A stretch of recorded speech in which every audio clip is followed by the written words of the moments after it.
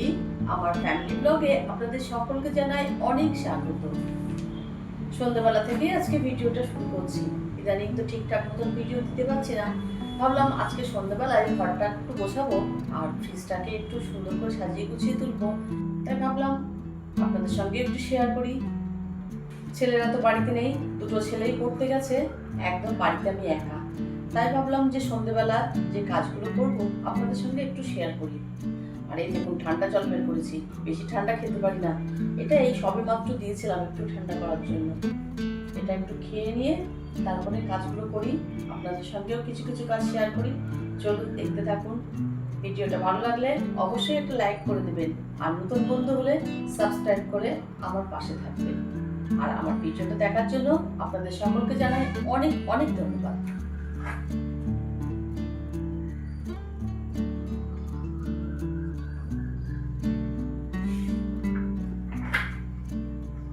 ঠান্ডা হয়ে গেছে, এত ঠান্ডা জল খাওয়া যাবে না, দেখে দিই।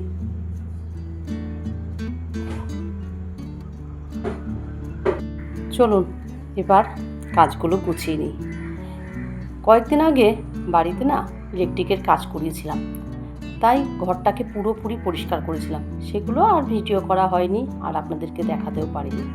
কোথায় কাজ করেছি সেটা আপনাদেরকে দেখাবো। তাই তখনই না ঘরটা তো পরিষ্কার করেছি, সঙ্গে ফ্রিজের সমস্ত কিছু পরিষ্কার করে নিয়েছিলাম।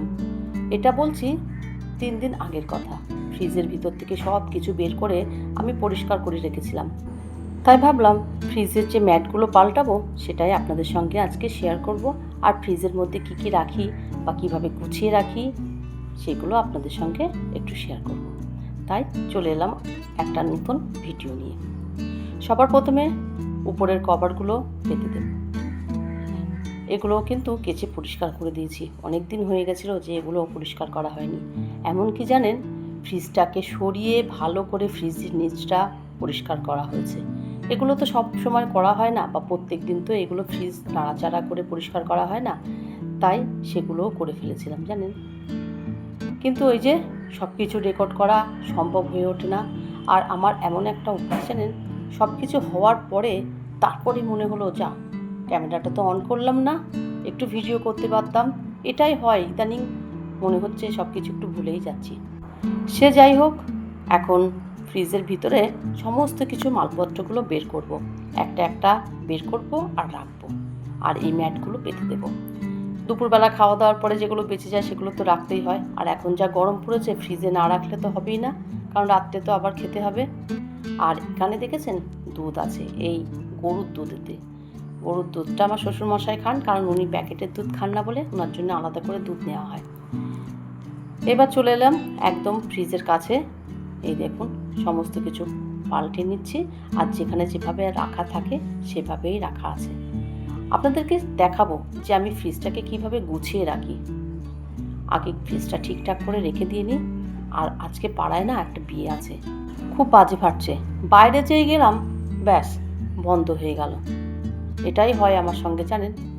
ফ্রিজের উপরে কভারটা পেতে কিছুটা ফুল দিয়ে দিলাম, যাতে ফ্রিজের শোভাটা আরও একটু বেড়ে যায়। ফ্রিজটা কীভাবে সাজিয়েছি এই দেখুন, উপরে একটা এরকম ফুলদানি রেখেছি। আর সাজানো মানে এইভাবেই আমার ফ্রিজটা থাকে। সবার উপরে আছে লাচ্ছা, এটাও এটাও। এইভাবে যদি রাখা যায় না লাচ্ছাগুলো ডিপ ফ্রিজে, 1 বছর তো একদম ভালো থাকবে। আর এটাতে হচ্ছে একটু সিমাই ভেজে রেখে দিয়েছি। এটাও আপনারা চাইলে এমনি কাঁচা সিমাইও রেখে দিতে পারেন জানেন। এটার মধ্যে তো জল আছে, আর এখানে টুকটাক কিছু জিনিস আছে। আর ফ্রিজের মধ্যে মাছ মাংস তো থাকেই, কিন্তু আমি বেশি রাখি না, যেহেতু বাড়িতে আসে ওই জন্য আর বেশি মাছ মাংস রাখার চেষ্টা করি না। আর এই দিকে দেখুন, এর মধ্যে এটাতে আছে কাজু বাদাম, এটাতে আছে ছাতু, এটার মধ্যে আর ফ্রুট কালার যেগুলো পাওয়া যায় না সেগুলো আছে। এটাতে তো কর্নফ্লাওয়ার আছে, এটার মধ্যে আছে একটু ধনে পাতা গুঁড়ো করে রাখা, হ্যাঁ। আর এটার মধ্যে আছে কাসুরি মেথি এটাতে। এই তো গেল আমার উপরের ডিপ ফ্রিজটা, বন্ধ করে দিলাম। এবার আসি ফ্রিজটাতে, এই দিক দিয়ে শুরু করি। দেখতেই পাচ্ছেন সবার প্রথমে তো ডিম, এটা পুরোটাই ভর্তি থাকে, অনেকটা কমে গেছে। তারপরে এখানে তো দেখতেই পাচ্ছেন দুটো জলের বোতল রাখা আছে, টমেটো সস আছে, এই যে হার্সিসের সিরাপ আছে, টুকটাক জিনিসগুলো এখানে থাকে। এখানে একটু গুড় রেখে দিয়েছি, সারা বছর গুড় এই একটুখানি আছে পড়ে, অল্প একটু।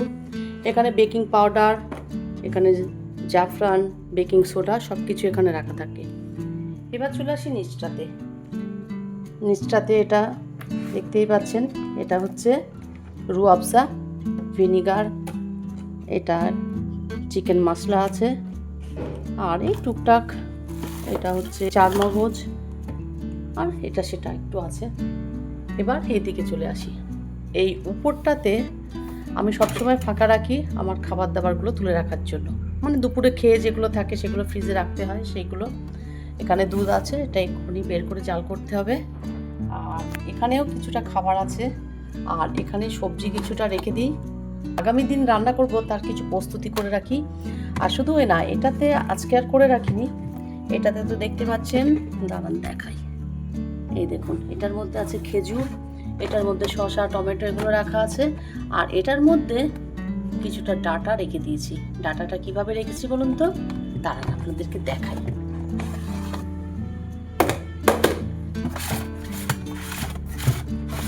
আর জানেন তো এই ফ্রিজটা কিন্তু আমার অনেক পুরানো। এই দেখুন ডাটা দেখেছেন, এইভাবে রেখে দিয়েছি, প্লাস্টিকে করে কেটে রেখেছি, কিন্তু খোসাটা এখনো ছুলে রাখিনি। এই খোসাটা শুদ্ধই আছে, যখন অল্প অল্প নেব আর খোসাটা ছাড়িয়ে রান্না করব।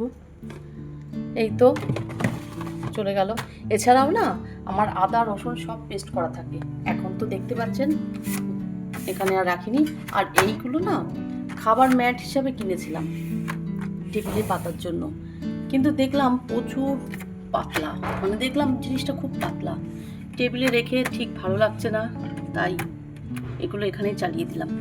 এখানে দুধের প্যাকেট আছে, কিছুটা জল আছে, আর বাস্কেটের মধ্যে তো সবজি আছে, সবজিগুলো আজকে আর দেখালাম না। দই, এখানেও একটু দুপুরের খাবার বেঁচে গেছিলো। এই হচ্ছে আমার ফ্রিজ অর্গানাইজেশন, বা আমি আমার ফ্রিজে এইসব জিনিসগুলো রেখে দিই। আপনারা কিভাবে ফ্রিজ সাজিয়ে রাখেন আমাকে অবশ্যই কমেন্ট করে জানাবেন। ফ্রিজের পাশেই তো রাখা থাকে মাইক্রোওয়েভটা, তাই তার কভারটা একটু চেঞ্জ করে নিলাম। এগুলো একদম ধুয়ে পরিষ্কার করে ফেলেছি জানেন, কারণ ওই যে কাজ হয়েছে বলছিলাম, তাই চারিদিকে ধুলো বালি ভর্তি হয়ে গেছে। বাড়িতে মিষ্টি রাখলে তো জানেনই কেমন ধুলো বালি হয়ে যায়। এবার চলুন আপনাদেরকে দেখাই। এই দেখুন এখান থেকে উপর দিয়ে একটা ক্যাচিং দিয়ে এখানে একটা বোর্ড বসিয়েছি। এখন তো গ্যাসের সমস্যা বুঝতেই পাচ্ছেন, তাই এখানে বোর্ড লাগিয়েছি, একটাতে ইন্ডাকশান চলে আর একটা হচ্ছে মিক্সি চালানোর জন্য, যখন যেটা ইচ্ছা সেটাই চালাতে পারবো। এই কাজটা আমি করেছি। আর এদিকে র্যাকটা কিন্তু এখনও গোছানো হয়নি, সেটা একটু পরেই গোছাবো। কাজ করলাম, প্রচণ্ড গরম হচ্ছে জানেন। এবার একটু চা খাবো, গরম হলে কি হবে, চা তো খেতেই হবে সন্ধ্যেবেলা, তাই চাটা করব, করে খেয়ে নিয়ে বাদ বাকি কাজ করবো, আর আপনাদের সঙ্গে একটু একটু করে শেয়ার করব। চলুন তাহলে দেখতে থাকুন। এই দেখুন চা তো করে নিয়ে এসেছি, আজকে আর সেটা আপনাদের সঙ্গে শেয়ার করলাম না। এখন একটু বসে পাখার নিচে আরাম করে চা খাবো। রায়নি থেকে পড়ে বাড়িতে চলে এসেছে, তাই ওর সঙ্গে একটু বকবক করছিলাম। বাড়িতে থাকলে এত বকবক করতে হয় ওদের পেছনে, কি আর করবো।